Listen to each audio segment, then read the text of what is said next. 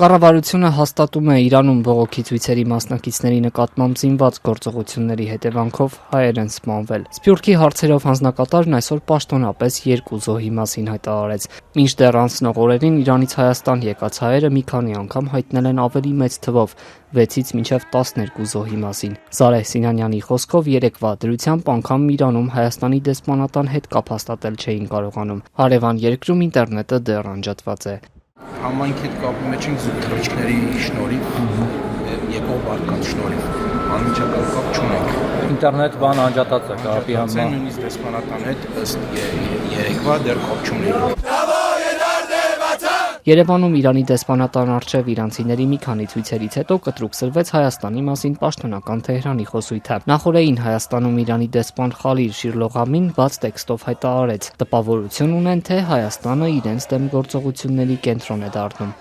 Թեհրանում ձևավորվում է պատկերացում, որ Հայաստանը դառնում է մի կենտրոն Իրանի դեմ թշնամաբար տրամադրված ուժերի գործողությունների համար։ Երևանն արձագանքեց ամենաբարձր մակարդակով։ Վարչապետ Նիկոլ Փաշինյանն այսօր հավաստիացրեց. Հայաստանն Իրանի համար սպառնալիք չի դառնա։ Մենք Իրանի Իսլամական Հանրապետության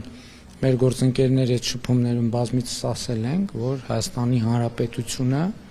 Իրանի պետական անվտանգության դեմ միջոցներ չի ձեռնարկի եւ նույնը ակնկալում ենք նաեւ Իրանի Իսլամական Հանրապետությունից։ Դեսպանը վրդովված է իրենց դիվանագիտական ներկայացուցչության շենքի առջև շարունակվող բողոքի ակցիաներից։ Շիրղոլամին Հայաստանի իշխանություններին ըստ էության մեղադրում է այդ ցույցերը չարգելելու համար։ Փաշինյանը պատասխանում է. Երևանն այդպիսի պրակտիկա չունի։ Երևանյան ակցիաների մասնակիցները պահանջում են դադարեցնել Իրանում արյունահեղությունը։ Նաև կրոնական իշխանության հեռացման կոչեր էին հնչեցնում։ Երեկոյան ժամը 6-ից մինչև 9 ականատեսն ենք լինում, որ մի խումբ հավաքվում է Իրանի դեսպանատան դիմաց, շատ անհարգալից վիրավորական արտահայտություններով են հանդես գալիս։ Չնայած որ մենք շարունակաբար բողոք ենք հնչեցնում, այս գործընթացը շարունակվում է։ Հայաստանում ընդհանրապես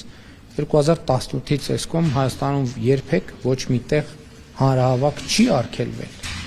Եվ մենք չենք կարող առանձին վերցրած մի դեպքում այլ կերպ վարվել, որովհետև դա արդեն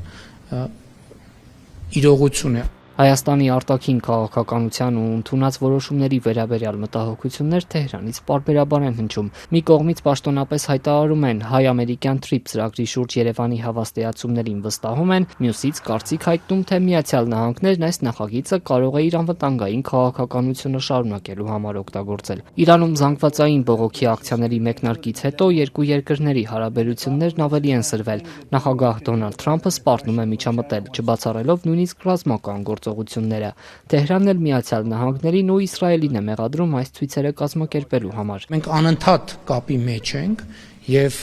պատրաստ ենք բոլոր հարցերին պատասխանել, եթե հրապարակված տեքստից հետո այլ հարցեր նույնպես ծագում են։ Քաղաքագետ Տիգրան Գրիգորյանի գնահատմամբ անցկացվող ցույցերի վերաբերյալ դժգոհություն հայտնելով Իրանը փորձում է միջամտել Հայաստանի ներքին գործերին եւ հենց դիվանագետի քայլն է մտահոգիչ։ Հայաստանը այնուամենայնիվ ժողովրդավարական երկիր է եւ հավաքների ազատությունը հնարավոր չէ խախտել աշխարհակաղակական նկրտումներով իրականում այստեղ ավելի շատ մտահոգություն է առաջացնում հենց դեսպանի հայտարարությունը, որը կարծես թե փորձում է Հայաստանի ներքին գործերին միջամտել։ Քաղաքագետը հիշեցնում է նախորդ ամռանը Երևանը պաշտոնապես դատապարտեց Իսրայելի հարձակումն Իրանի վրա եւ այժմ անհասկանալի է թե ինչ սպասելիքներ ունի Թեհրանը Երևանից։